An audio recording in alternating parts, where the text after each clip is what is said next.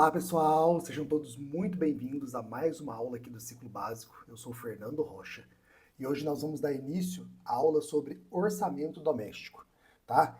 O orçamento doméstico ele serve para você assumir o controle da sua vida financeira, encontrando os desvios que eventualmente possam estar ocorrendo e otimizando aquilo que já está funcionando, tá? Então, o dinheiro ele é coisa séria, tá? Ele é fundamental, ele faz parte da nossa vida e necessita de aprendizado contínuo.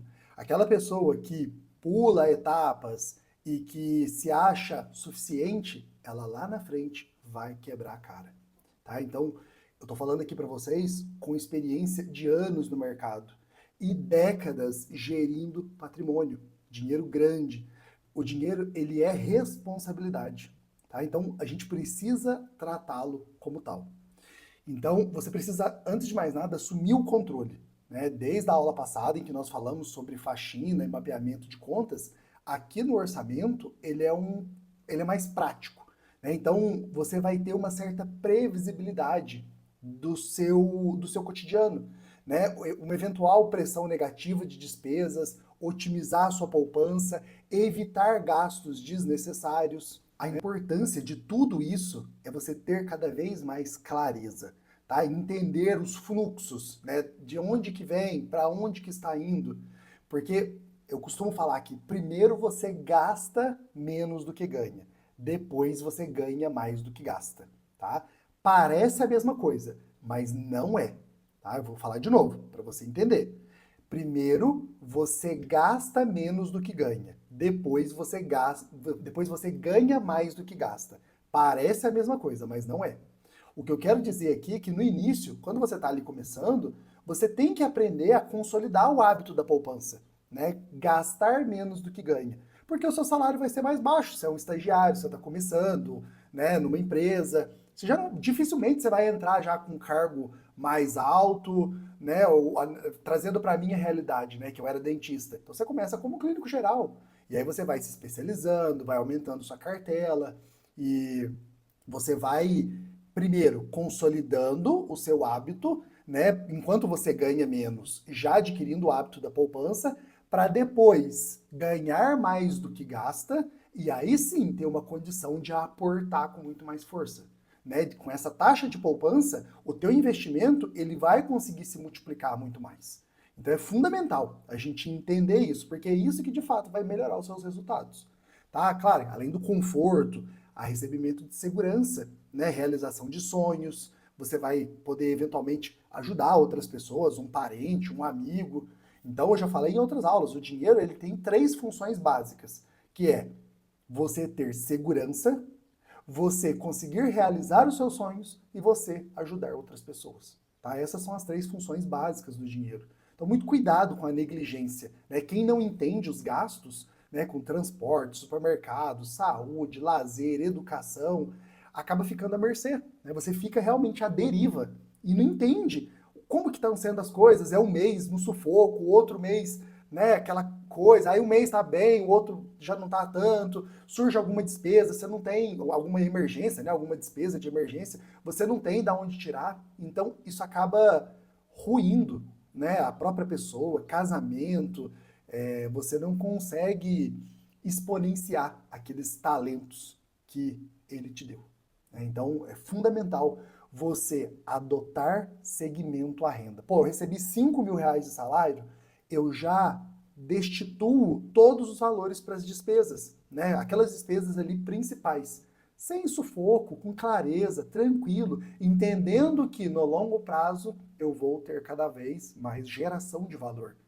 Então, assim, eu falo, a liberdade financeira, ela não vai ser um marco lá na sua vida, que você vai chegar num dia eu não tô livre e no outro dia eu tô. Não é assim que acontece. Ela é um processo, é passo a passo. Você vai cada vez mais tendo consciência e cada vez mais vai caindo dinheiro na sua conta. E o mais legal de tudo é que, assim, o início, ele é desafiador. Mas o cara que não tinha nada e juntou os seus primeiros 30 mil reais, ele tá mais livre de quando ele não tinha nada, entendeu? E, consequentemente, conseguiu juntar 60 mil reais, tá mais livre do que quando tinha 30 de patrimônio e principalmente do que quando tinha zero. E assim sucessivamente. passo a passo. Então é um processo, é uma estrada que você vai percorrer para o resto da sua vida. É assim que as coisas funcionam, com quem realmente acumula patrimônio de verdade. Não é uma mágica, não vai acontecer de um dia para a noite, igual as pessoas às vezes costumam pensar que é. Não, não é assim que funciona, tá? Ele é um processo, tá? Então, é muito importante você ter noção da tua inflação doméstica, né? Geralmente, a gente atrela ao IPCA, né? Que é o Índice de Preços dos Consumidores. Mas o IPCA, ele é uma cesta de inflação geral. Você tem que entender qual que é a sua inflação.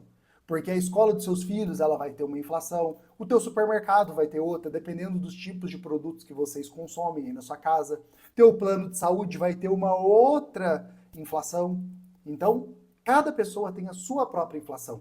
Por isso que não existe qual que é o melhor investimento. Não, existe aquilo que faz mais sentido para você. E por isso que você está aqui, se educando, entendendo o que faz sentido para a sua realidade. E nós vamos passo a passo construindo isso juntos, tá? Então, as pessoas com mais inteligência financeira, elas têm pouca variação na curva de despesa. Pense nisso.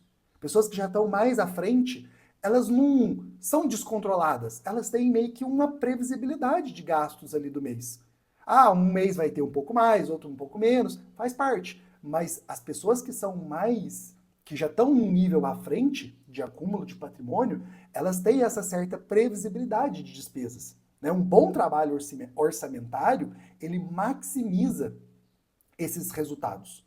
Né? Você tem um comportamento padrão nas pessoas que já acumularam patrimônio relevante. Né? Claro que existem as sazonalidades, né, eventuais, faz parte, mas elas têm controle daquela situação. As pessoas que já estão na frente, que já acumularam patrimônio relevante, elas têm um certo controle da situação.